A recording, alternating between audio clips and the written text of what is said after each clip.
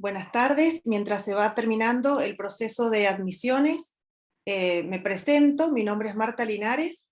Desde el Centro de Capacitación e Investigaciones Judiciales Dr. Manuel Sáez, de la Suprema Corte de Justicia de la provincia de Mendoza, les doy la muy cordial bienvenida. En la tarde de hoy vamos a dar inicio al ciclo de capacitación sobre buenas prácticas y herramientas jurídicas en los hechos que constituyen violencia contra las mujeres, distintas etapas y ámbitos de intervención. Este es un ciclo que ha sido programado por la Dirección de la Mujer, Género y Diversidad, también de la Suprema Corte de Justicia de la provincia de Mendoza, a cargo de la doctora Emiliana Lilloy, quien nos acompaña y dirige el encuentro de esta tarde. La tarde de hoy la hemos pensado con disertaciones a cargo de dos expositoras, la doctora Emiliana Lilloy y la doctora Mónica Fernández Poblet. Antes de darle la palabra a la moderadora de la tarde de hoy, la doctora Mónica Romero, fiscal de violencia de género, quiero agradecer muy especialmente la presencia en la sala de las autoridades, ministros de la Suprema Corte de Justicia, doctor José Valerio y doctora Teresa Dey, como asimismo la presencia de la doctora Eugenia Laigle. Bueno, no quiero olvidarme de otras autoridades que estuvieran presentes, así que sin más, le cedo la palabra a la moderadora de la tarde de hoy, doctora Mónica Romero. Adelante, y muchísimas gracias por moderar este encuentro. Bueno, muchísimas gracias. Muy buenas tardes, bienvenidos, bienvenidas.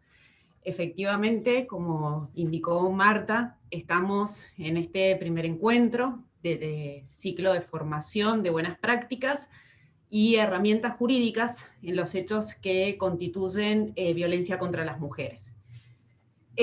También se le suma a este título distintas etapas y ámbitos de intervención, y como manifestó Marta, es un ciclo organizado por la Dirección de la Mujer, Género y Diversidad de la Suprema Corte de Justicia de la provincia de Mendoza, y ha sido coordinado en forma conjunta con la doctora Emiliana Lilloy y también con la doctora Mónica Fernández Poblet, quienes hoy van a dar las primeras disertaciones. Todas las herramientas que se van a desarrollar en estos espacios de formación reflejan de algún modo la importancia y el compromiso que ha asumido la justicia de Mendoza en sus distintos ámbitos hacia el derecho penal de género y atendiendo también a las distintas manifestaciones de estas violencias.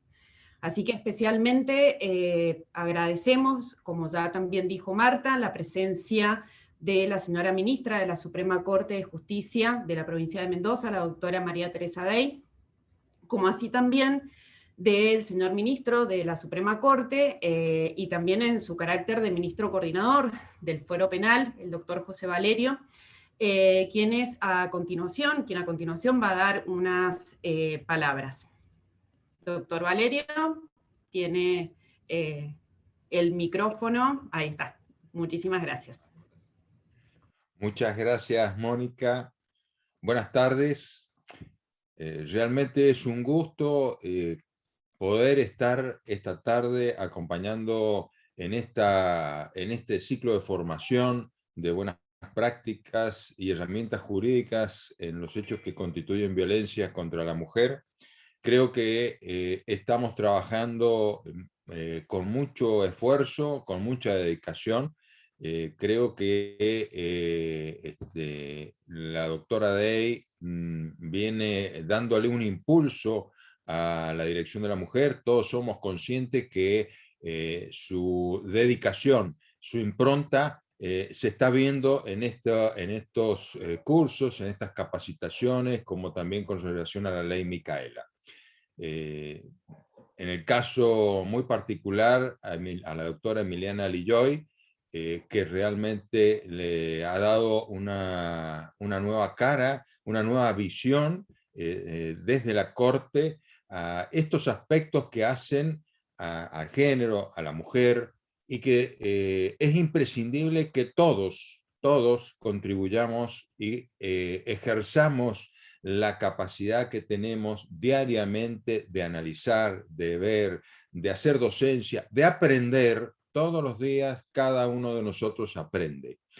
Y en este esfuerzo debemos hacerlo sabiendo de que debemos luchar por la libertad de que todos los seres humanos tengan la posibilidad de elegir su propio proyecto de vida, pero también de que todos los seres humanos respeten el derecho a la libertad de los restantes seres humanos a elegir su propio proyecto de vida. Solamente de esa manera vamos a vivir todos en mejores condiciones en una sociedad, vamos a vivir en condiciones de igualdad. La igualdad se construye, la libertad se construye, no se cosecha, no la vamos a encontrar en la calle. Y todos los días nos exige esfuerzo, nos exige dedicación. Y voy a utilizar el tercer término de esta trilogía: libertad, igualdad y fraternidad. No les resulta extraño a los que me conocen porque siempre la utilizo, pero la fraternidad no es simplemente un término, sino una necesidad. Si nosotros no aprendemos a tratarnos fraternalmente los unos a los otros, los seres humanos, nunca vamos a mejorar las condiciones de libertad, y con ello no vamos a mejorar las condiciones para la igualdad, porque en realidad la igualdad es una aspiración que todos tenemos y que todos debemos hacer. No por nada el artículo 1 de la Declaración Universal de Derechos Humanos habla de esta trilogía. Todos los seres humanos nacen libres e iguales en dignidad y derechos, y dotados de razón como estamos, debemos tratarnos fraternalmente los unos con los otros. Así dice la Declaración Universal de los Derechos Humanos en su artículo 1, que es la piedra angular para que podamos construir una sociedad libre, igualitaria y fraternal. No nos olvidemos que estos tres términos son tres términos femeninos: la libertad, la igualdad y la fraternidad.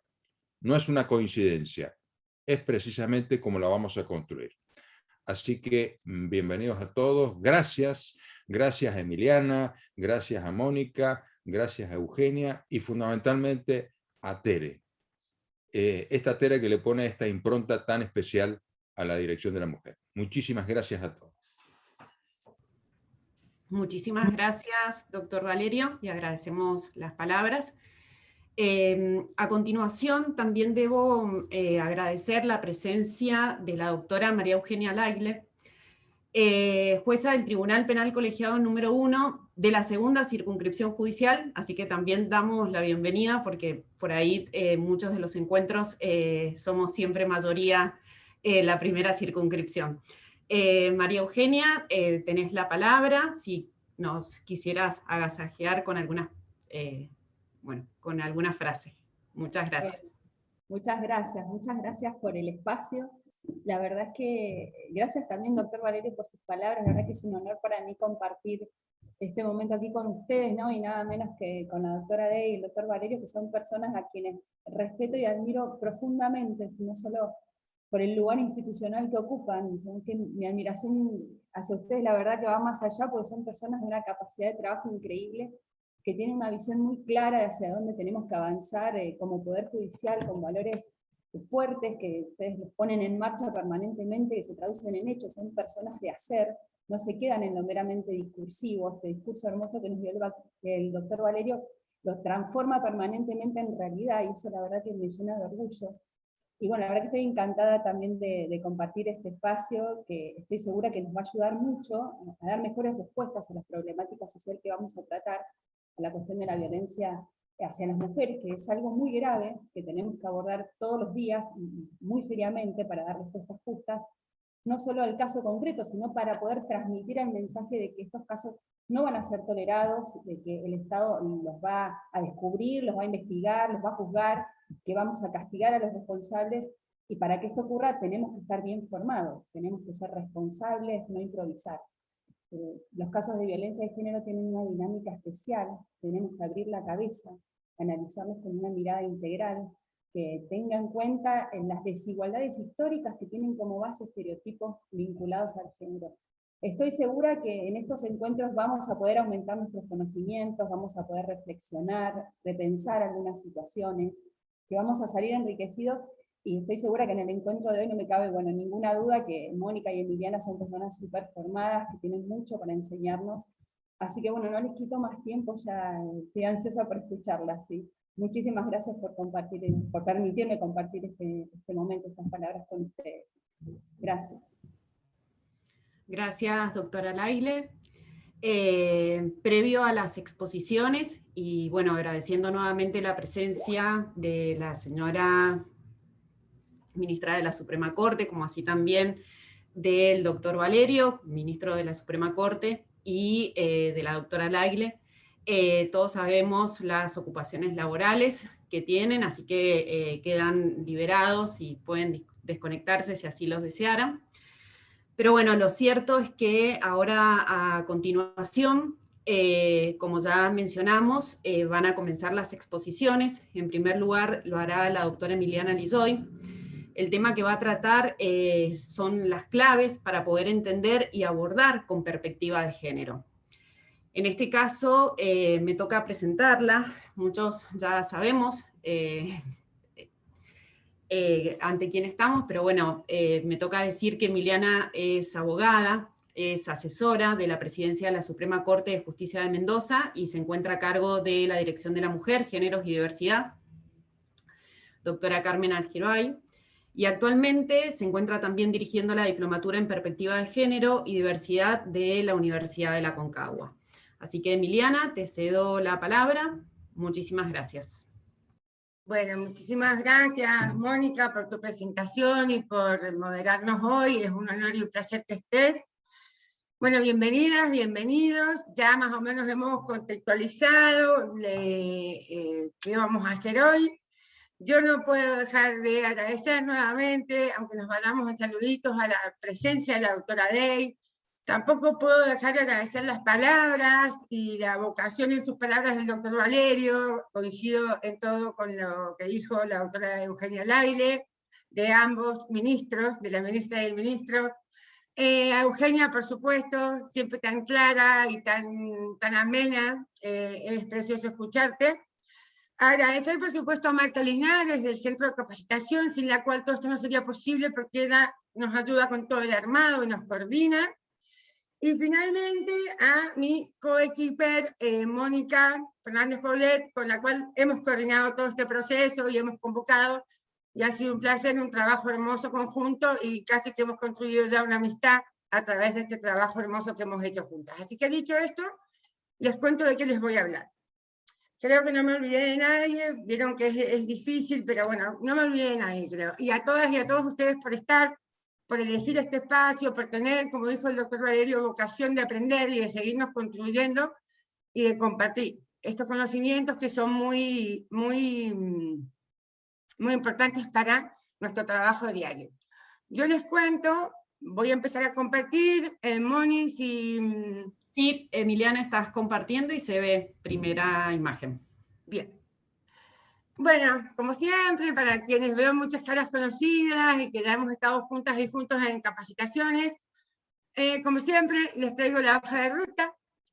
Como este ciclo va a tratar de la violencia de género, y vamos a ver las distintas instancias, intervenciones, a mí me gustaría ir al ABC. Yo sé que muchas y muchos de ustedes ya conocen esta temática y ya están al tanto y la trabajan de hecho diariamente. Veo ahí jueces, fiscales, pero me gustaría sentar las bases de lo que es la violencia de género, conceptualizarla. Para ello, saben que hay que hablar de la estructura social en la que vivimos, los patriarcados en los que vivimos hace más de 5.000 años, y que se agravaron con la revolución industrial en las sociedades occidentales. ¿Cuáles son las características de esos patriarcados y por qué provocan la violencia? Esta es un poco la línea, vamos a hablar de estos dos conceptos entrecruzados. Y sobre todo me gusta traerles el modelo ecológico para entender la violencia, porque la violencia, como ustedes saben, es multifactorial. Y viendo esto vamos a romper algunos mitos que tienen que ver con decir, bueno, son problemas mentales, o el problema de la violencia es el alcohol, o romper, porque lo cierto es que la violencia de género es multifactorial y lo vamos a mirar, para desvincularnos a ciertos prejuicios asociados a la violencia. Entonces, como les dije, quiero hablarles de los patriarcados, que esta palabra es una palabra que choca bastante, ¿no? Que parece de otra época también, pero básicamente un patriarcado es un sistema social, ¿no? Político, económico, religioso, que establece dos categorías de personas y les dice cómo deben comportarse, cómo deben vivir, cuáles deben ser sus valores. Y en este caso, lo que hace el patriarcado es jerarquizar uno de los géneros sobre el otro, es decir, lo masculino lo valora, lo prioriza, lo jerarquiza, y lo femenino lo desvaloriza justamente. Entender también que esto es una ideología, es decir, una manera, una cosmovisión o una visión de cómo deben ser ordenadas las cosas, y como es una ideología, no es un orden natural, necesitamos estrategias para llevarlo a cabo. ¿Ustedes cómo piensan que se oprimió a la mujer y se la privó de derechos políticos, se la privó de tantas cosas? Tiene que haber habido una estrategia. Y esta estrategia tiene que ver con eso que leen ahí, de cómo está difamada la mujer en el espacio y todas sus actividades. Por ejemplo, hay un estudio muy lindo de una antropóloga en África que cuenta, fíjense para entender esto de la desvalorización, cuenta que ahora las mujeres comienzan a hacer actividades que antes hacían los hombres. Esas actividades inmediatamente pierden valor si es tocado por una mujer. O sea que fíjense lo no natural que son las cosas, sino que son sumamente simbólicas. Es todo un mecanismo de opresión simbólica que tiene que ver con el desmarque, con lo femenino y su inferiorización. Después también esto de que hay una construcción imaginaria en los mitos, en las leyendas, en las creencias, que difama a las mujeres. Bueno, sabemos el mito originario de las religiones, que es Eva, ¿no? Que es ella que lo engaña, lo convence, Sansón y Dalila, la medusa se me viene el ejemplo, la medusa de la mitología griega. Fíjense, esta chica era una joven que fue violada, no sé si saben la historia, no se las pongo para que contextualicemos, y ella es castigada por su belleza, y se le ponen las serpientes porque se la culpabiliza de haber sido violada porque era muy linda. Fíjense estos mitos, cómo reproducen una forma de pensar, un imaginario. Estructuras que nos excluyen de los espacios de poder, lo hemos vivido, hasta hace poco las mujeres hemos tenido limitados los derechos, el acceso a las instituciones como la RAE, etcétera, etcétera. Todas estas privaciones no son inocentes. Y el pensamiento dicotómico que dice el mundo se divide en cultura y animalidad, y la mujer es animal, ¿no? ¿Les suena esto de la mujer emocional, la mujer carente de razón en algún momento, que fundamentó, por ejemplo, la exclusión de las mujeres en la ciencia, porque no teníamos capacidad de abstracción, raciocinio, y fíjense, se la privó de voz, se la privó de poder, porque el conocimiento es poder, lo sabemos, ¿no?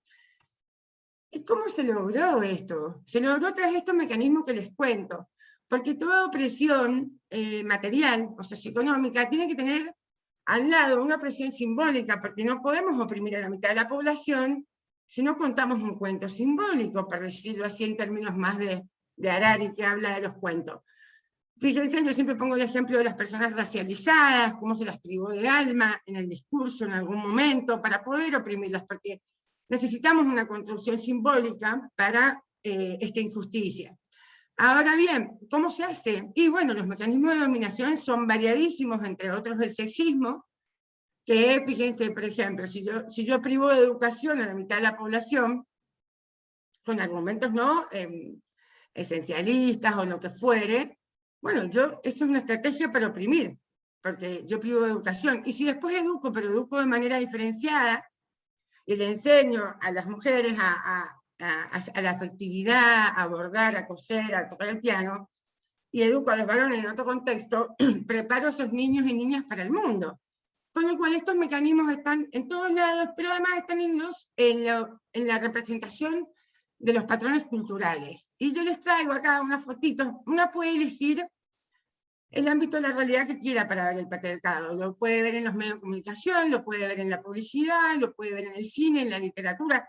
Hay un chiste feminista que dice que cuando una ya se pone los lentes violetas no puede ni leer un libro, porque visibiliza la posición que nos dan a la mujer en los espacios. Siempre vemos la peli y la mujer siempre llorando ante los conflictos, y el hombre resolviendo. Entonces, uno lo ve y dice, ¿por qué me ponen a mí en esa posición? Bueno, esto se reproduce constantemente. Yo les traje algunos ejemplos para que sea divertido verlos, sobre todo de publicidad, de cómo hemos legitimado un montón de mecanismos de injusticia simbólica. Entonces, fíjense, en la de la izquierda no sé si se lee bien, pero dice, ¿desde cuándo importa si sos linda por dentro? Lo que llevas dentro, ¿no? Entonces se vendía un auto, acá hay una objetivización de la mujer, y además una exaltación de que las mujeres somos solo la belleza y la juventud, etcétera, etcétera. Luego en el de al lado dice, tengo que preguntarle a mi esposo qué significa fondos insuficientes, ¿no? Es una propaganda de un banco. Esto ha estado legitimado, esto hoy, por supuesto, se levantaría, ¿no? Esto es de hace 10 años. Pero fíjense cómo nosotras nacimos con esta construcción, es decir, reconocimos este mundo simbólico en vez de reconocer otro. Entonces mi posición es, ¿no?, de boba, de objeto, de belleza, y esto va generando en nuestras niñas y niños y en nosotras, porque estamos todas como formateadas así, esta sensación de yo soy eso, yo soy inferior, yo soy boba, yo soy... Y en el varón lo contrario, ahora lo vamos a ver. En la primera placa dice, ¿quieres decir que hasta una mujer lo puede abrir? Cuando salió la tapa rosca. Y en la otra dice, nunca tu mujer pudo encender un DVD, como diciendo hasta tu mujer lo puede encender ahora, puede manejar un aparato de... Y fíjense que esto era viable, mi madre debe haberse, su juventud, no tanto, porque el DVD no es tan viejo, esa publicidad es viable. ¿Y qué está diciendo que la mujer? Que somos inútiles, ¿no? Luego también la legitimación a través de la publicidad y los distintos medios de conductas que hoy consideramos contravenciones o delitos, pero fíjense, esto está dirigido netamente a los hombres y cómo se exalta la masculinidad que abusa en el espacio público a las mujeres, y esto estaba legitimado. Acá les traigo un poquito, esto es re interesante porque también vemos en los patrones de representación, vemos un desmarque constante de la feminidad. Digamos, nosotros no solo hemos construido feminidades y masculinidades, sino cada vez más, para ser hombre, no se puede ser mujer, es como una cosa, mientras más lejos estés de lo femenino, mayor es tu hombría. Esta es la masculinidad hegemónica de la que hablamos. Entonces fíjense cómo le venden productos a los hombres. Lo que solo un hombre elige, no más shampoo de mujeres, y esta es más obvia, que dice, deja de oler como una niñita huele a hombre. Entonces, fíjense, y esto se ve mucho en nuestros niños y niñas, como las mujeres no tienen mucho problema en entrar al mundo masculinizado, que es el azul, los juguetes, camiones o juguetes de ingenio. Pero los varones, si ustedes se fijan, a mí me pasa mucho con mis sobrinos, tienen terror al rosa, terror a las cosas de mujeres, porque desde muy pequeña nuestra sociedad nos indica que es mejor una cosa que otra y que para conquistar la masculinidad tenemos que alejarnos de todo lo atribuido a las mujeres, porque en realidad sabemos que es un invento cultural. ¿Y para qué les traigo esto? Elegí el camino de la publicidad, que es el más lúdico, pero les traigo esto para decir que toda esta injusticia simbólica que está insertada en los patrones de representación que vemos todo el día y que nos reproduce la maestra de la escuela, digamos. A mí la maestra de la escuela me dice cómo tiene que ser una nena, y qué significa ser nena, y lo vamos reproduciendo hasta que no metamos ese palito en la rueda, digamos, que tengamos este giro, hace que la mujer esté objetivizada, humillada, desvalorizada, que se le asignen roles que creemos naturales y que son roles sin valor económico ni simbólico. Digamos, el espacio público, ustedes saben, es como... Es reacreditante tener un cargo público y simbólicamente sos como más importante. Los cuidados no tienen ningún valor, sin perjuicio de que hay una cosita un poco macabra del ángel del hogar, vos sos la madre perfecta.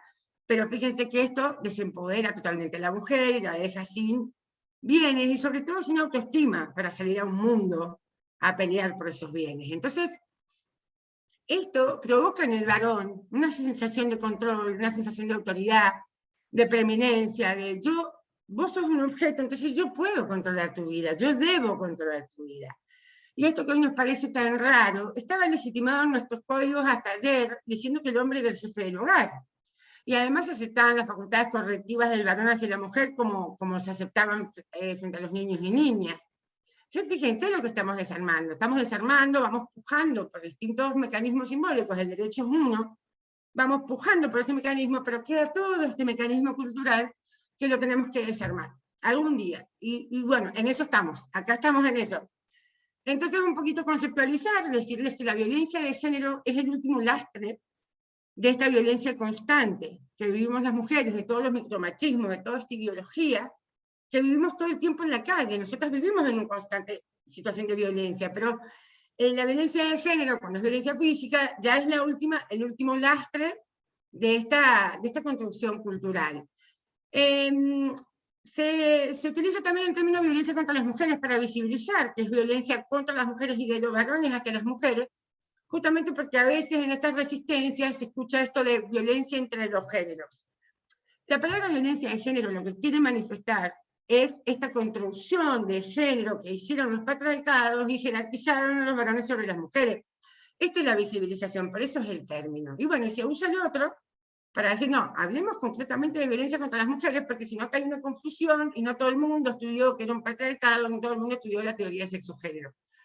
En definitiva, son cuestiones terminológicas, pero que tienen su trascendencia y que es bonito, o sea, importante saber las diferencias. Las violencias por razones de género, ya sabemos, nosotros tenemos también, lo vamos a ver ahora con Mónica, lo va a desarrollar, que tiene más que ver con la homofobia, la transfobia, con como que tu género, a mí, tu tema de identidad sexual o orientación sexual, a mí me genera este odio o esta resistencia. Entonces, y la violencia entre los géneros no existe, o si quieren sí existe, pero no implica nada a nivel teórico ni a nivel académico, porque no es un fenómeno a estudiar justamente porque los hombres mueren en manos de hombres, y las mujeres morimos en manos de hombres, y sobre todo hombres cercanos a nosotros en general, en nuestros ámbitos.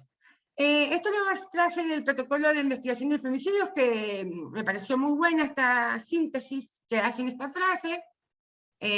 Fíjense, a ustedes les va a quedar todo el material, los PowerPoint, todo lo vamos a subir eventualmente a una plataforma donde ustedes van a acceder a este curso. Pero fíjense, cómo el femicidio, la violencia contra las mujeres, reproduce estereotipos y establece este vínculo de dominación con la mujer y sumisión que tiene que permanecer ahí. Digamos, cuando hay un femicida, esta persona está intentando controlar la voluntad y el cuerpo y el espíritu de esta mujer, ¿no? Entonces, ¿por qué? Porque cree que puede, porque todos los patrones socioculturales le están diciendo que puede y que corresponde, y que si lo hace, su hombría está intacta, y si no lo hace, ya sabemos cómo se responde. Bueno, yo les quiero presentar simplemente el método ecológico feminista, que es el método, digamos, el sistema que actualmente mejor explica el fenómeno de la violencia y además es el adoptado por todas las organizaciones internacionales. Decirles también que hemos dejado atrás los enfoques o modelos biologicistas que creen, por ejemplo, que el hombre es más agresivo que la mujer por naturaleza y por eso es violento, cuando ya sabemos que la mujer, el ser humano, tiene una agresividad, pero nosotros somos seres culturales, no es que voy a ser agresiva porque nací agresiva, ¿no? También, y que se estimulan los centros, ¿no? Los centros neuronales, pero no vamos a entrar ahí porque no es el tema de hoy.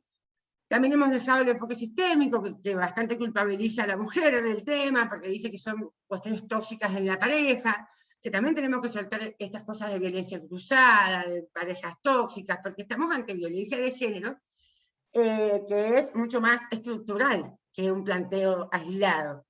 Entonces, fíjense, se plantea este modelo, también les puedo dejar material sobre él, porque es re amplio y re lindo de leer, pero yo nada más se los quiero presentar hoy para darle paso a Mónica que nos hable de los delitos de género.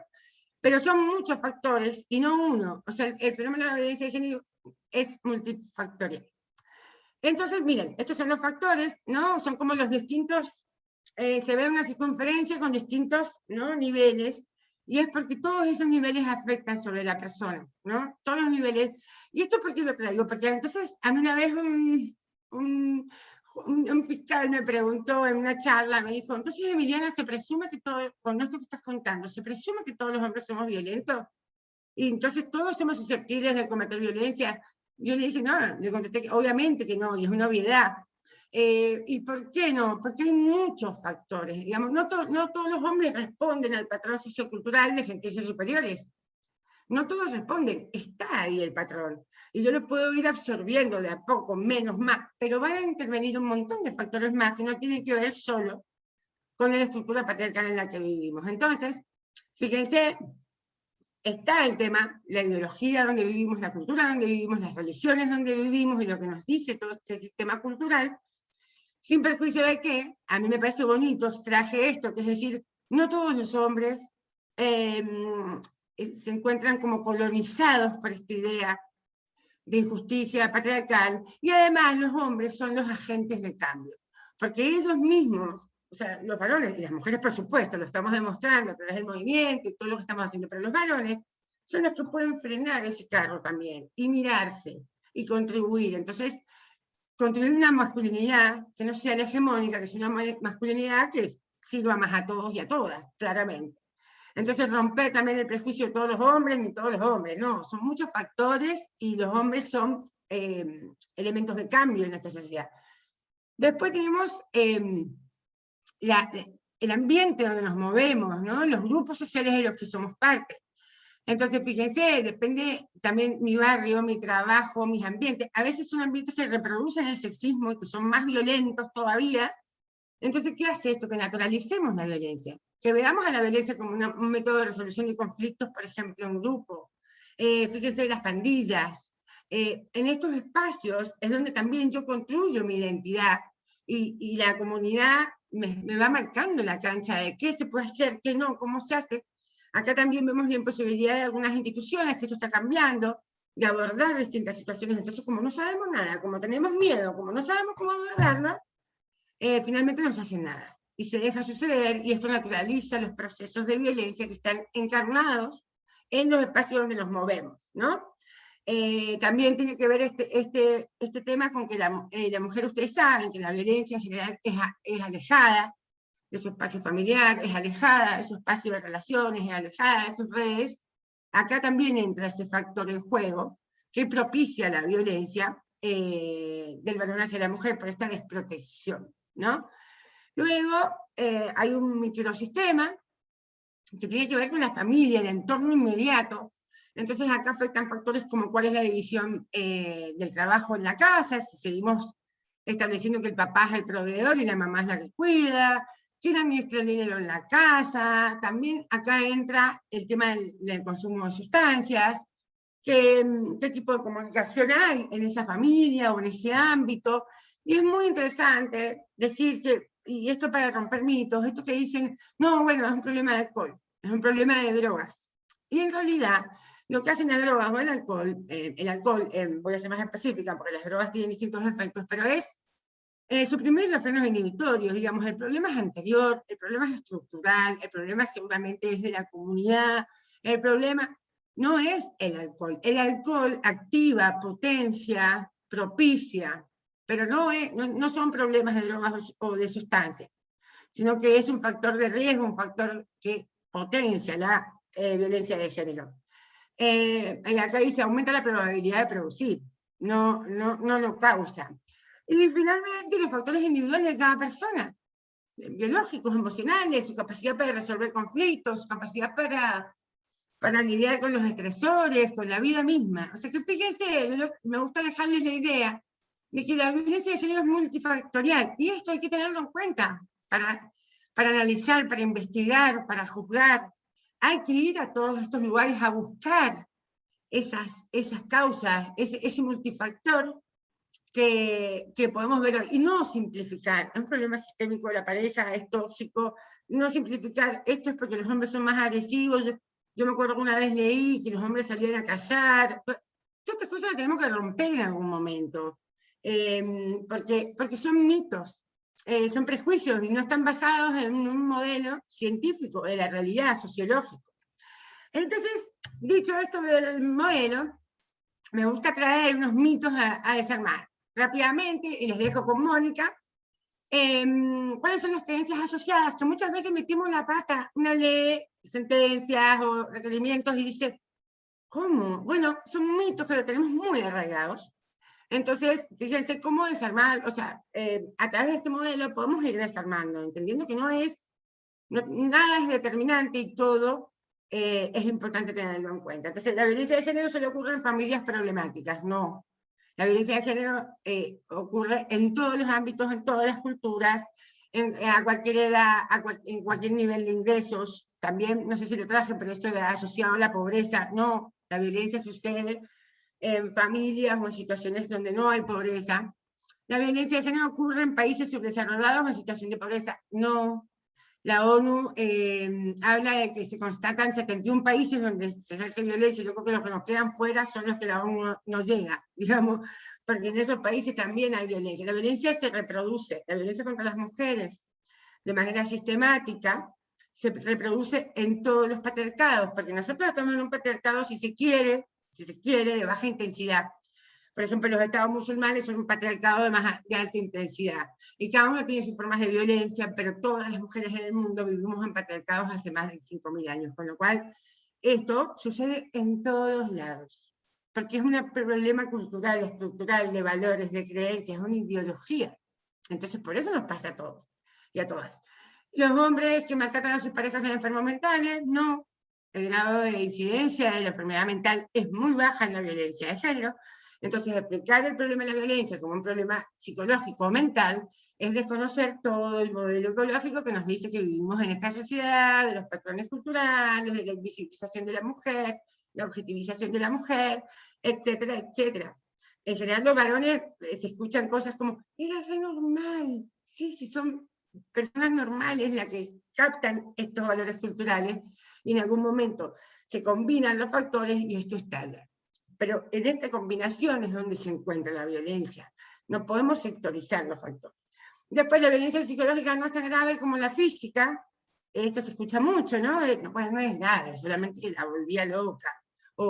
Y está comprobado que los daños psicológicos y físicos con la violencia psicológica son tan graves como la violencia física. Digo porque cuando uno va a abordar, tiene que pensar en esto, porque a veces nuestro cerebro dice, si no veo un golpe no es grave, ¿no? Entonces, fijarse, los hombres y las mujeres son violentos por igual en la pareja. Este mito y también esta resistencia, y hay que romperla, porque estadísticamente, con una ley de las estadísticas, de los femicidios, de la denuncia por violencia, nos damos cuenta que los hombres sufren violencia en manos de varones, y las mujeres sufrimos violencia en manos de varones, y este es el semáforo. Este es el semáforo. ¿Qué está pasando? ¿No? Y ahí están las teorías biologicistas, de que los hombres son más agresivos. Y no, lo cierto es que nos hemos dado cuenta que hay una culturización que hace a una masculinidad hegemónica, que si no sos fuerte, que si no sos agresivo, que si no pones orden en casa, no sos hombre. Entonces, fíjense, no podemos tratar a los hombres como monos. No podemos decir, que son más agresivos por la testosterona. Fíjense qué loco, es decir, que estamos tratando a un hombre como un mono, estamos animalizando a la cultura humana. Es bonito saber que cuando vemos los hechos, vemos este fenómeno, y por eso como sociedad, en vez de negarlo, y decir, yo tengo un amigo que la mujer le pega, en vez de negarlo, trabajar porque es una evidencia. Trabajemos juntos en desarmarlo, dejemos de resistir, ¿no? Porque se escucha esto mucho, ¿no? Te quedan 5 minutitos. Mirá, Moni, me vas a felicitar, porque yo ya me voy. Las mujeres que sufren violencia de género siempre se arrepienten, no vale la pena intervenir. Y esto, seguramente Moni Romero, que es quien nos coordinaba, que también es parte de este ciclo, seguramente nos los va a contar cuando ella dice que es esto de tener cuidado, porque el fenómeno de la violencia es un fenómeno complejo, donde las mujeres en general tienen a su agresor, es su pareja, es el padre de sus hijos, es el sostén del hogar, etcétera, etcétera. Entonces, cuando conocemos todos esos factores, entendemos qué está pasando. No, se arrepintió, no, pero si siempre se arrepiente, ¿para qué vamos a ir? Es muy probable que un proceso de violencia, que en general dura muchos años, hay estadísticas que dicen que en general duran 10 años, que 10 años es un número, ¿no?, como normal, hasta que la mujer logra salir de ahí. Entonces, entender el círculo de la violencia, que no lo voy a explicar porque me voy a alargar, pero entender el fenómeno de la violencia, que en este ciclo lo vamos a ir viendo, desagregando por instituciones, nos ayuda a no tener este mito de se va a arrepentir para que actuamos. El Estado tiene obligación de actuar, de cualquier manera, proteger a la mujer, otorgarle recursos, incluso si ella luego se retracta, si ella luego no quiere recibir esa ayuda, bueno, pero nosotros estamos ahí como Estado y somos responsables. Y creo que me fui, Moni, así que acá estamos. Les agradezco un montón, muchas gracias por escuchar, muchas gracias por estar, y me pongo a disposición para cualquier consulta, me pueden escribir al mail, y podemos seguir charlando, vamos a estar todo el proceso juntas y juntas, porque yo me quedo, así que te doy la palabra, Moni, para que presentes a la querida Mónica Fernández Porlet. Gracias, Emiliana. Seguimos viendo tu último, tu pantalla. Aclaro. Sí, gracias. Bien. Algo que omití decir al comienzo es que vamos a dejar unos minutitos al final de la disertación de la doctora Fernández Poblet para que puedan volcar sus preguntas a través del chat.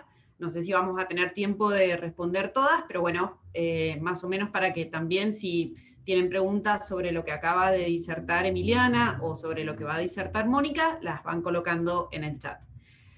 Ahora me toca presentar a la doctora Mónica Fernández Poblet, que es colega, así que va a ser más fácil su presentación. Mónica es fiscal de instrucción en la Unidad Fiscal de Violencia de Género, y quise comenzar por eso porque ella está desde el comienzo de la Unidad Fiscal.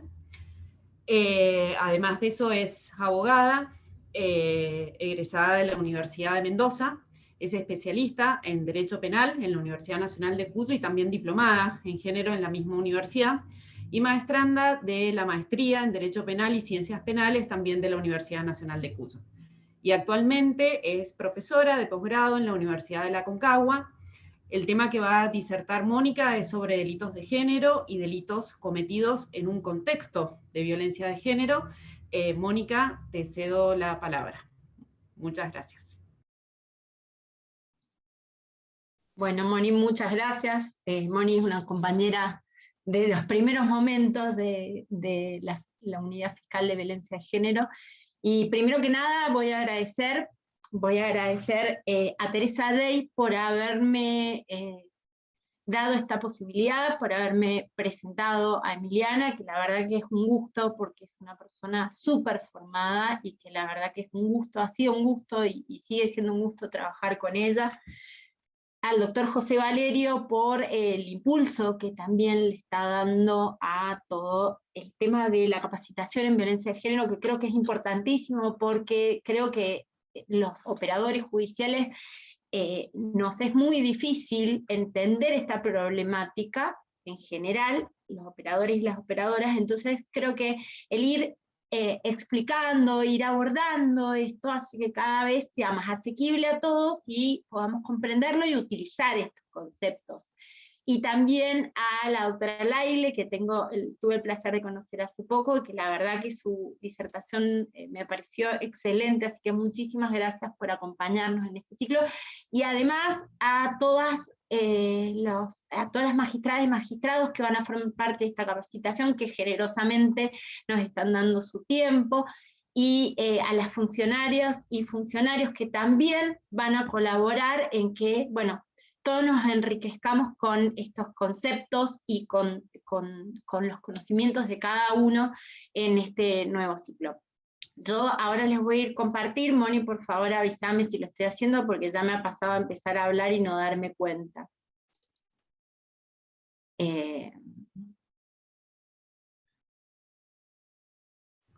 Ahí se ve tu imagen.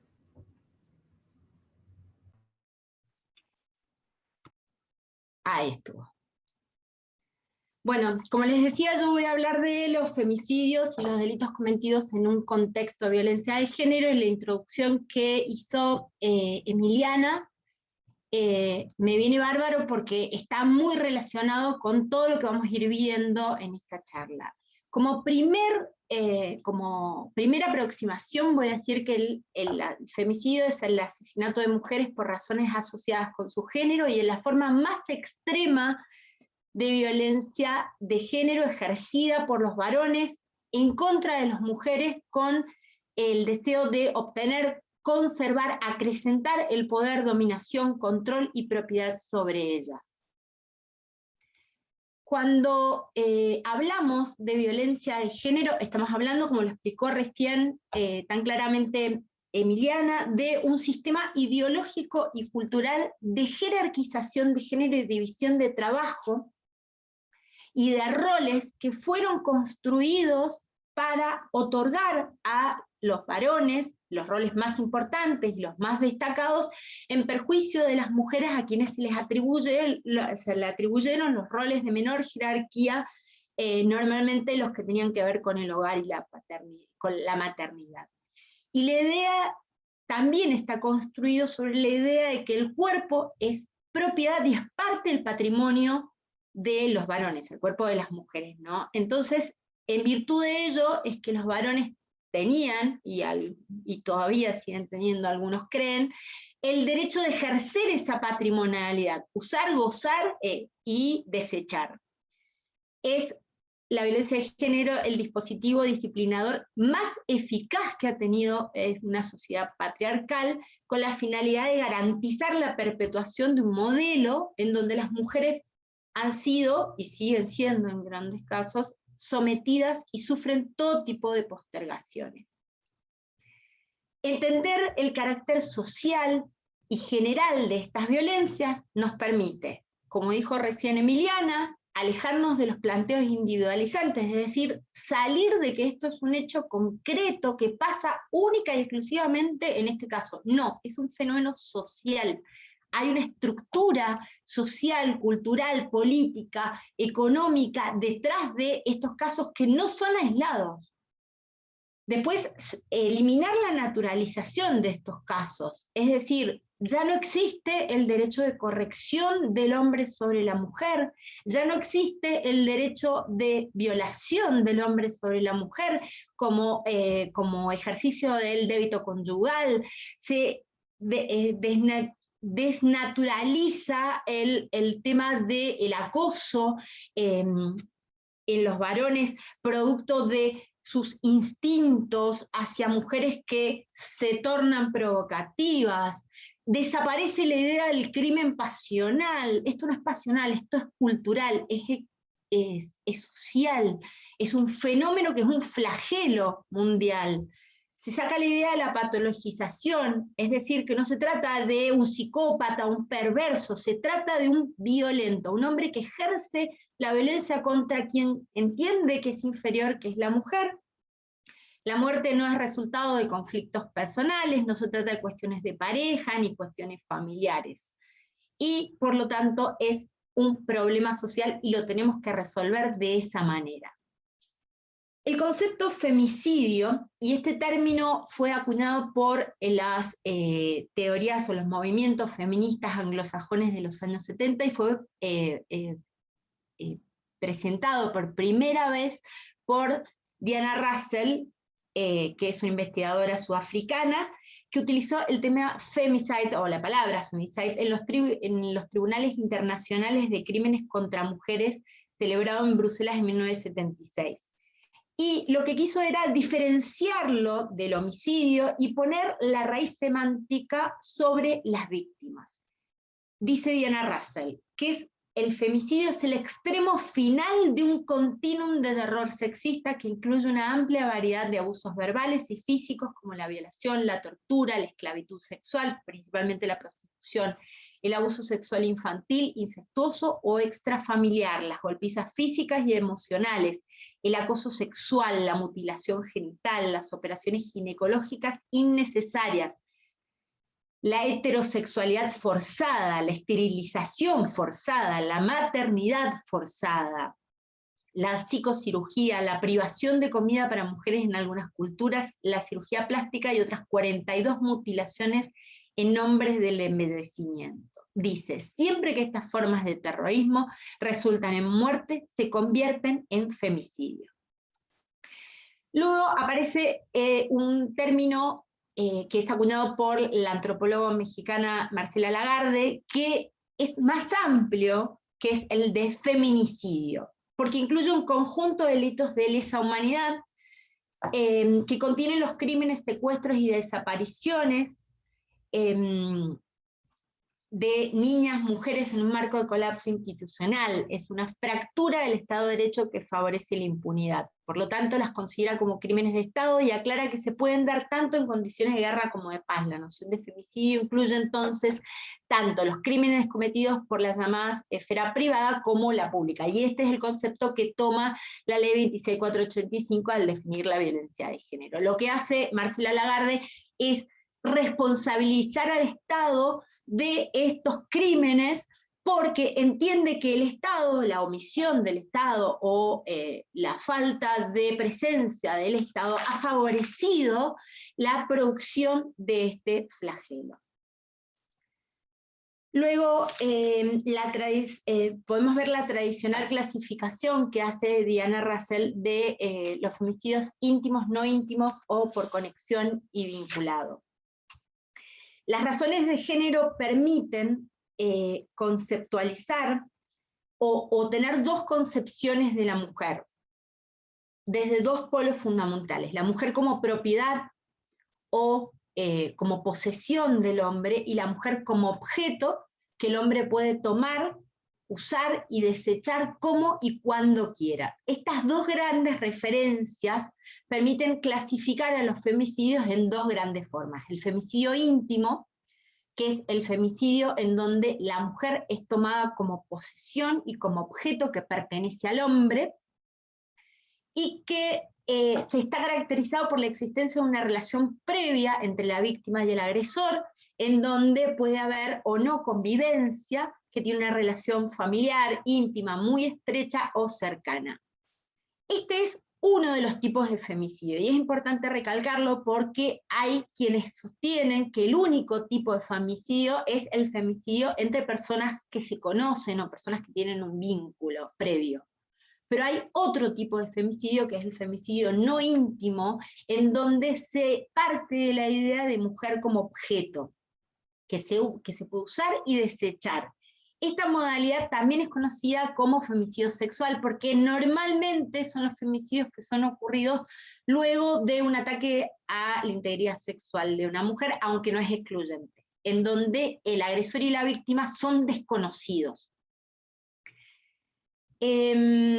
Me pareció importante el concepto que trae el Tribunal Oral en lo criminal número 9 de Capital Federal en la causa Mangieri, que fue el femicidio de Ángeles Rawson, al hablar de la cosificación de la víctima. Y dice: es el trato como un mero objeto del ser humano, ese profundo desprecio hacia la condición humana de la mujer que, si no admite someterse a sus decisiones, no merece continuar su existencia.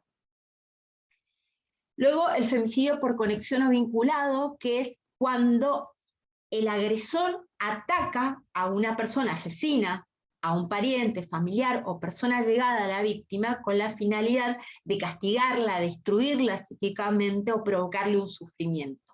También en los casos en donde las personas son asesinadas por el femicida al intentar impedir el femicidio o quedan atrapadas en la línea del fuego.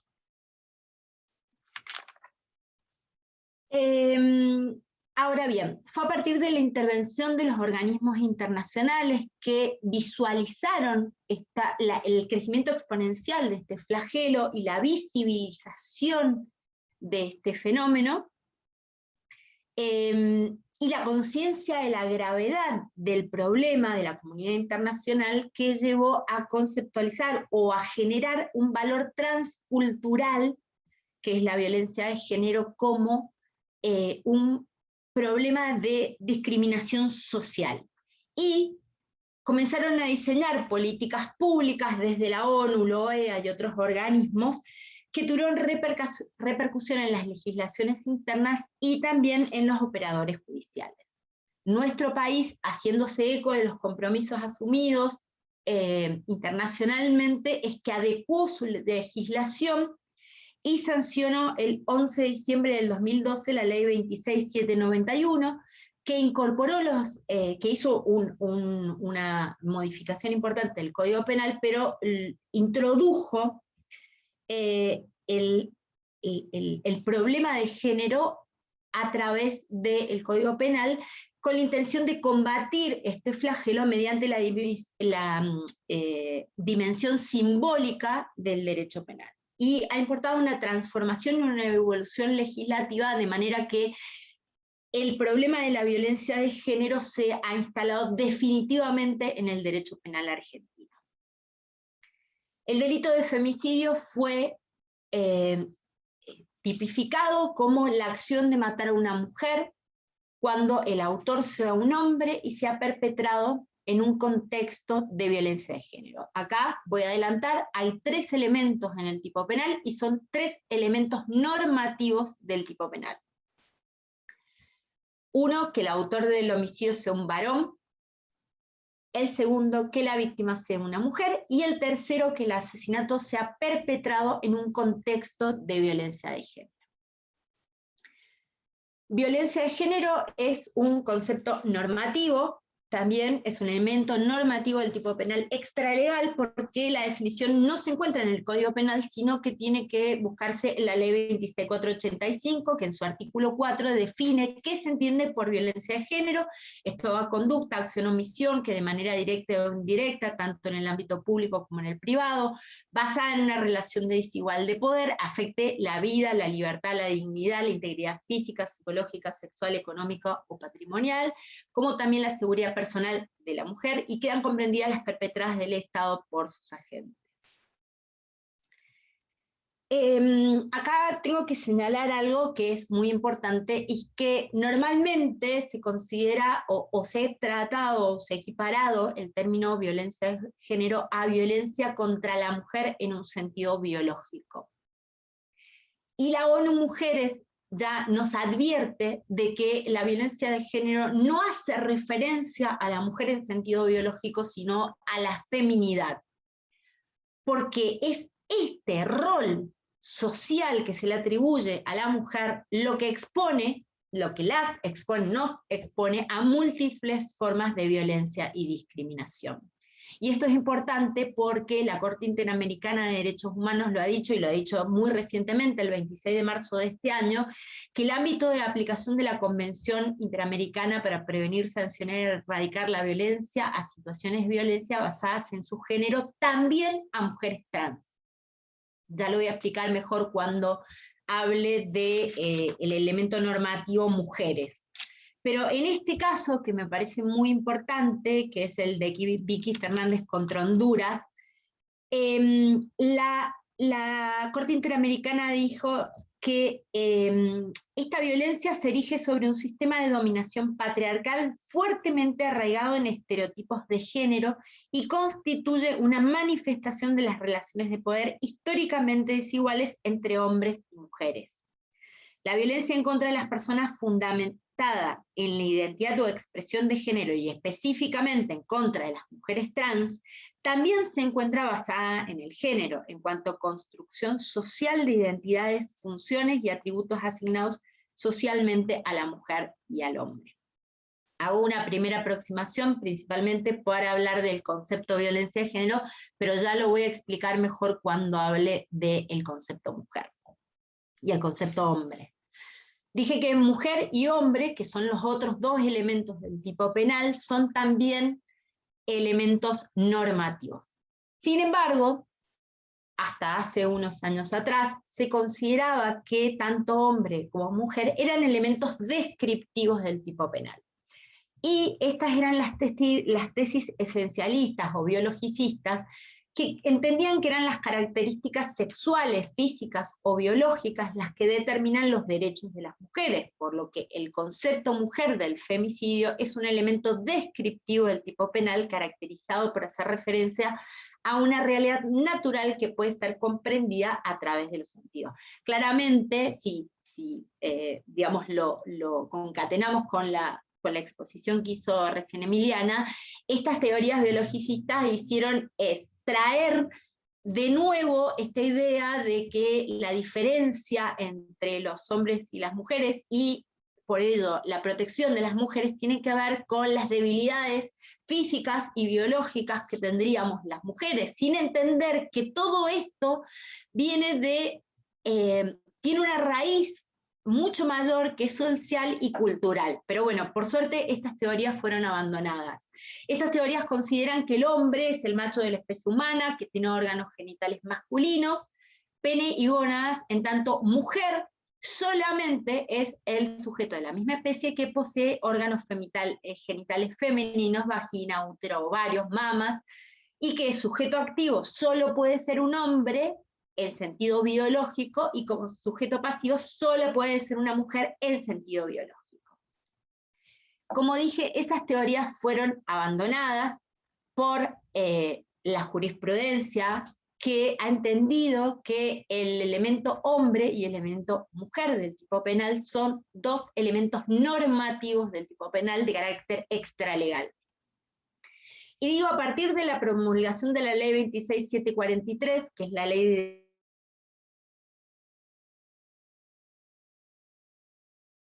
identidad de género, que es anterior a la determinación del género, sustituyendo aquel criterio por la autopercepción de la gente. Es decir, que hoy hombre es quien se autopercibe como tal y mujer es quien se autopercibe como tal.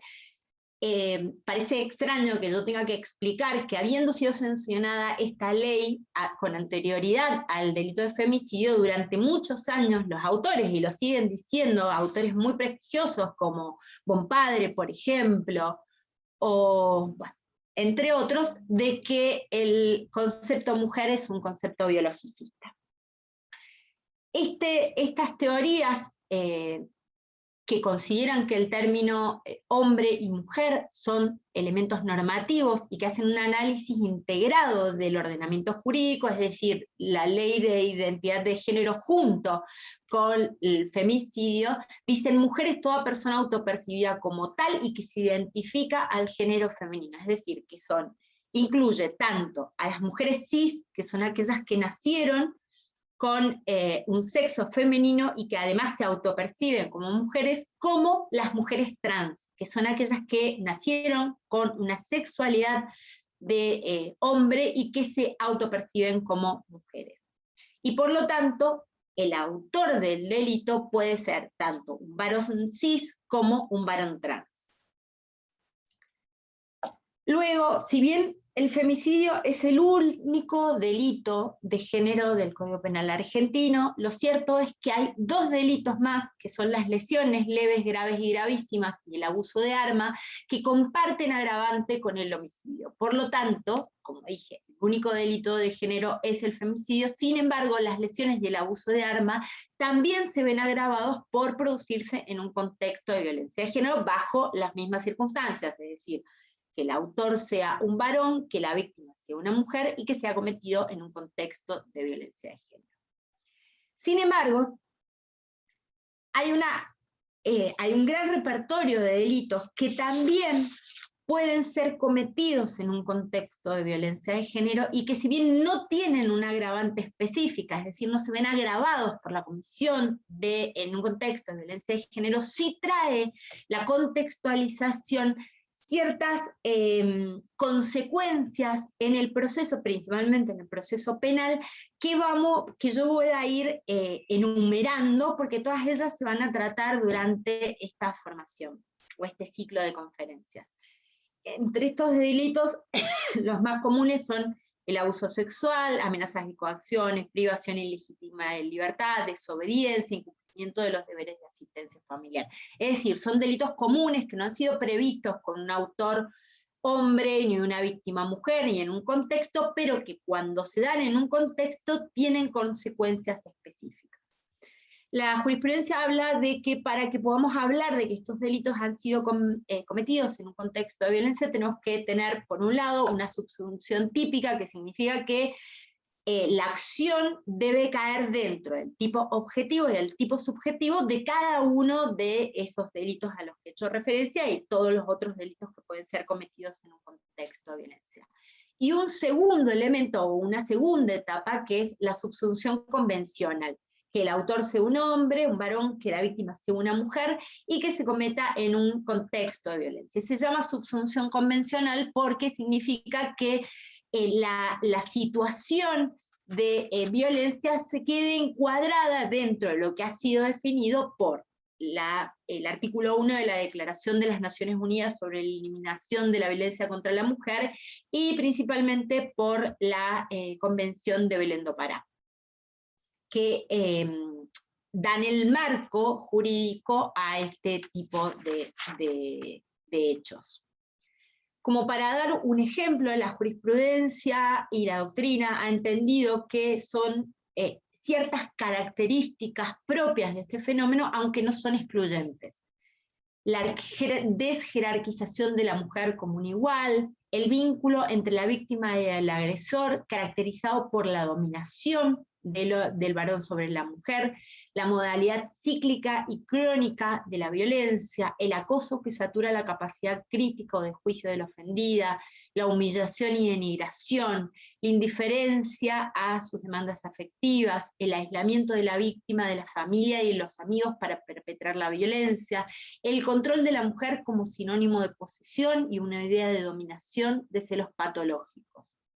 Estas son características que suelen darse en los contextos de violencia, pero que, como dije, no son excluyentes. Las consecuencias que trae la categorización de un hecho como violencia de género son, entre las más importantes, el deber de debida diligencia reforzada, la perspectiva de género en la investigación y juzgamiento, el valor fundamental de la declaración de la víctima en el proceso penal, la instancia oficio de la acción penal, y acá voy a hacer una salvedad que es única y exclusivamente respecto de las lesiones leves. Después la doctora Romero en el próximo encuentro nos va a explicar mejor, pero bueno, en respecto de los abusos sexuales, se entiende que existe una preeminencia del derecho del resguardo a la intimidad de la víctima por sobre el deber de investigación de los estados. La previsión de conciliación y soluciones alternativas de conflicto, y que se hacen operativos todos los derechos consagrados a la mujer en la Ley de Protección Integral del artículo 16 de la Ley 26.485. El deber de debida diligencia reforzada. Este deber nace de las obligaciones genéricas de la Convención Americana de Derechos Humanos, que establece la obligación de debida diligencia, como de las obligaciones específicas de la Convención de Belén do Pará, que es la del deber del Estado de actuar con la debida diligencia para prevenir, investigar y sancionar la violencia de género.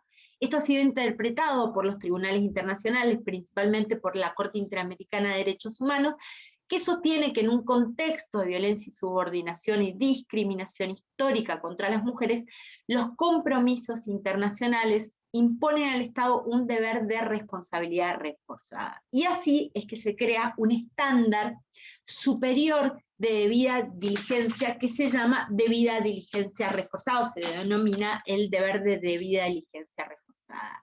¿Qué implica? Y acá voy a hacer mención muy brevemente a algunos fallos de la Corte Interamericana. Son numerosos, pero por ejemplo uno de ellos es Campos Algodoneros, en donde dijo la Corte: el deber de investigar efectivamente siguiendo los estándares establecidos por el tribunal tiene alcances adicionales cuando se trata de una mujer que sufrió una muerte o maltrato o afectación de su libertad personal en el marco de un contexto general de violencia contra las mujeres. Después, en el caso Fernández Ortega versus México, dijo que se exigía una vez que las autoridades estatales toman conocimiento de un hecho, deben iniciar de oficio y sin dilación una investigación seria, imparcial y efectiva.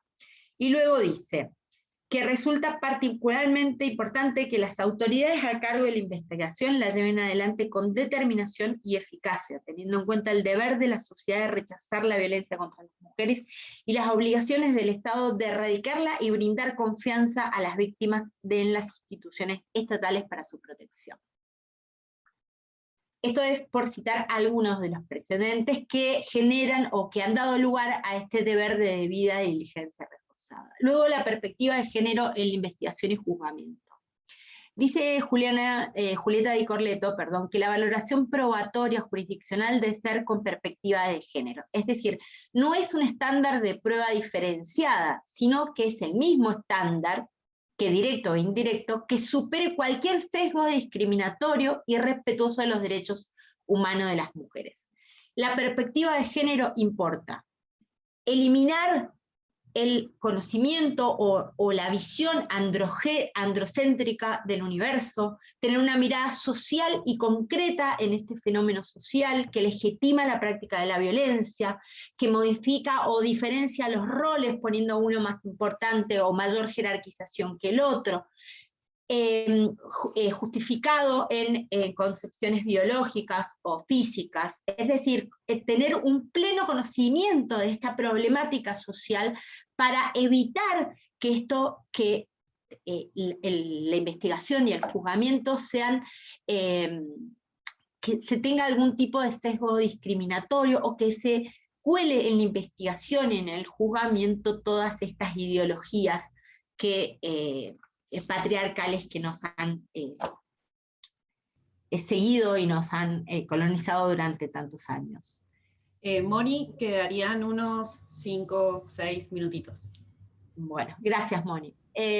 Dijimos entonces que lo importante es que la perspectiva de género no implica disminuir los estándares probatorios para la sentencia condenatoria, pero sí que sean estándares que superen estos sesgos discriminatorios, que sean respetuosos de los derechos humanos de las mujeres, que sea un particular modo de valoración de la prueba, de manera de diferenciarlo de los casos genéricos, y que este abordaje deje de ser meramente jurídico, porque como se trata de una problemática compleja, debe ser atendida y comprendida y valorada desde un conocimiento interdisciplinario. Esto principalmente ha sido sostenido por la Suprema Corte de Justicia de Mendoza, en Luque Ruarte y en Ruiz Gutiérrez. Les dejo acá los fallos, voy a basarlo un poquito más rápido, pero bueno, son dos de los fallos más importantes. La Suprema Corte de Justicia viene haciendo mucho hincapié en la valoración con perspectiva de género y principalmente en el valor fundamental de la declaración de la víctima en el proceso penal. Estos tipos de delitos tienen una comisión especial, o particularidades en la comisión, que son el hecho de que son cometidos normalmente en solitario, no hay testigos presenciales y muchas veces no dejan pruebas directas o pruebas físicas. De manera que la declaración de la mujer en el proceso penal viene a tener un lugar privilegiado en la premisa fáctica del razonamiento del juzgador. Esto lo dice la Suprema Corte de Justicia de Mendoza. Sin perjuicio de que esta declaración de la mujer tiene que verse reforzada por elementos de corroboración periférica, dice también nuestra Corte, resguardando siempre las garantías del imputado. Pero este modo de comisión y sobre todo las particularidades que tienen estos delitos hace que la declaración de la mujer sea el lugar fundamental, o tiene que tener un lugar fundamental, ya sea en la investigación como en el juzgamiento. Y respecto de esto, les he citado dos fallos muy importantes, que son Galdeano Reyes y César Morales, que hablan sobre expresamente la necesidad de que la importancia el valor que debe dársele a la declaración de la mujer en el proceso penal. Luego, respecto de la instancia de oficio de la acción penal, decimos que el bloque de constitucionalidad del artículo 75, inciso 22, la Declaración Americana de Derechos Humanos, la Declaración Universal, el Pacto Universal de Derechos Humanos, han generado una obligación de investigación, principalmente de los delitos de violencia de género y del esclarecimiento, que implica la supresión de todo impedimento legal, de manera que no se puede recurrir a rigorismos formales, como es, por ejemplo, la instancia de oficio, en perjuicio de las mismas ciudadanas que el derecho pretende proteger. De manera que no puede sostenerse la falta de acción para investigar delitos que el Estado está obligado a hacerlo. Ya dije que esto es única y exclusivamente respecto de las lesiones leves. La doctora Romero después va a entrar en este tema. Otro de las consecuencias de la categorización de un hecho como violencia de género es la prohibición de soluciones alternativas de conflicto o de conciliación. Y la Suprema Corte de Justicia de Mendoza, interpretando el artículo 7 de la Convención de Belén do Pará, ha dicho que el Estado está obligado a ejercer la acción hasta el plenario. No puede cesarla ni interrumpirla hasta tanto no se lleve a cabo un juicio oral y público, y que se arriba una sentencia absolutoria o condenatoria. Esto en el entendimiento de que el Estado se ha comprometido en los casos de violencia a dar un procedimiento legal, justo y eficaz, y que esto importa un juicio oportuno. Y asimilado juicio oportuno a plenario. Esto hace que no sea posible las soluciones alternativas de conflicto, ni tampoco las conciliaciones en los casos de violencia de género. Finalmente, debo decir que es trascendental de la categorización de un caso de violencia de género es el reconocerle a las mujeres en situación de violencia todos los derechos que establece la ley 26485. A obtener una respuesta oportuna y efectiva, a ser oída personalmente por el juez, a que su opinión sea tenida en cuenta cuando se tome una decisión que atañe o que la afecte, a recibir protección judicial urgente y preventiva, a la protección de su intimidad, garantizando la confidencialidad de las actuaciones, a participar en los procedimientos recibiendo información sobre el estado de la causa, a recibir un trato humanizado, evitando la revictimización y a la amplitud probatoria para acreditar los hechos y oponerse a la realización de inspecciones sobre su cuerpo fuera del estricto marco del orden judicial. Finalmente debo decir que cuando los estados no realizan investigaciones exhaustivas e imparciales respecto de los casos y las sancionan, se genera una impunidad frente a estos crímenes que envía un fuerte mensaje social de que la violencia es condenada y tolerada, lo que puede a su vez generar más violencia y conduce a las víctimas a desconfiar del sistema judicial. Muchas gracias. Gracias, Mónica, por tu disertación. Continuamos viendo tu pantalla. Sí, estoy buscando cómo se desactiva. Bien. Los que me conocen saben que no soy muy hábil con nada de esto. Era solo una advertencia. He estado revisando el chat, no he visto preguntas. No sé si alguien quiere realizar alguna pregunta específica sobre la disertación de la doctora Lizoy o de la doctora Fernández Poblet, y si no, ya estaríamos finalizando. Moni, antes de que terminemos, yo le prometí al doctor Horacio Cadile que le iba a decir cuáles eran los fallos que habían reconocido a las mujeres trans como víctimas de femicidio, en lo que se ha denominado transfemicidio. La Sala Primera de la Cámara Nacional de Casación Penal en la causa de Diana Zacayán, la Sala Tercera del Tribunal de Juicio de Salta en la causa Plaza del Valle, la Cámara Nacional en lo Criminal y Correccional de la Novena Nominación de Córdoba en la causa Casiva, el Tribunal Oral en lo Criminal y Correccional número 5 de Buenos Aires en la causa Sigliano Cristian, y la Sala 4 de la Cámara Penal de Tucumán en la causa Palladini. Perdón, pero me había comprometido a pasarlo, y bueno, para todos, obviamente. Hola, si me permiten. Hola, Mónica. Si me das el ok, quería hacer un aporte, un pequeño aporte. Las felicito, las dos estuvieron excelentes, súper claras. La verdad que fue maravilloso escucharlas. Quería hacer un pequeño aporte. Dijiste muy bien, Mónica, que en el Código Penal esta situación de contexto de violencia de género aparece como circunstancia agravante solo en el artículo 80 y se refleja, ¿no? O sea, hay una remisión en el caso de las lesiones y del abuso de armas. Pero eso no quiere decir que no pueda operar como circunstancia agravante en todos los delitos. Porque ustedes saben que para cada delito la ley prevé una escala penal. Y esa escala es muy amplia.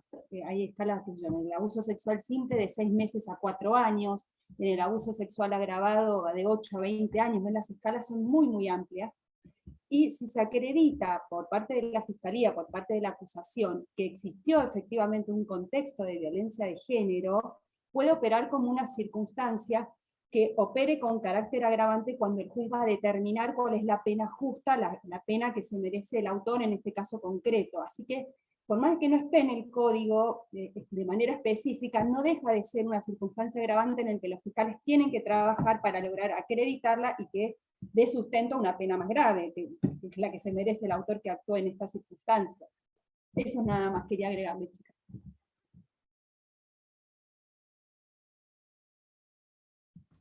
Bien, muchas gracias, María Eugenia. Bueno, si no tienen más preguntas o alguien quiere participar, Emiliana, no sé si nos querés decir algo. Yo no, simplemente estaba esperando que cerraras, Moni, para saludar. Tenemos el compromiso de cerrar en punto a las 1:30 para respetar vuestro tiempo y el nuestro, y les invito porque a las 18 voy a pasar el chivo, entramos en otro, 4 fueros una perspectiva, que nos va a auspiciar la doctora Laile, que nos acompaña aquí. Entonces vamos a cerrar para que la gente se pueda acomodar y volver, y también para respetar quienes están acá y se han comprometido a otras actividades.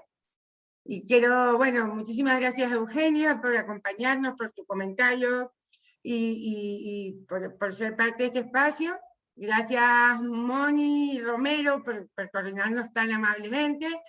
Gracias, Moni Fernández Poblet, mi coequiper, que ha sido un lujo escucharte, no me canso de escucharte, ya te he escuchado hablar de estos temas y siempre aprendo. Y a Mónica Linares del Centro de Capacitación. Si alguien quiere decir alguna palabra, cerrar, nos vamos. Estamos con 1 minuto. Moni, no sé si quieres despedirte.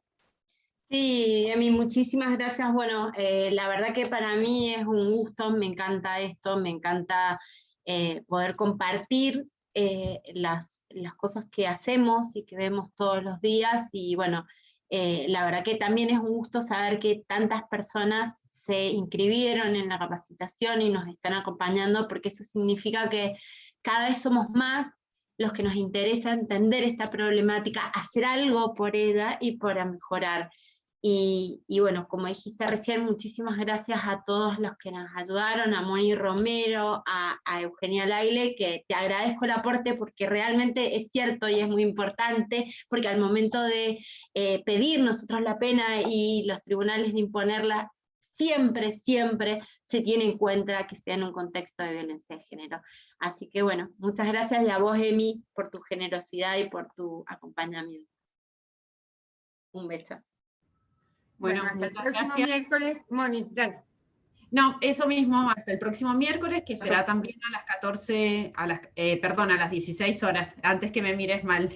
Muchísimas gracias a Emiliana, a Mónica, por las disertaciones, y muchas gracias a todos y a todas por su presencia.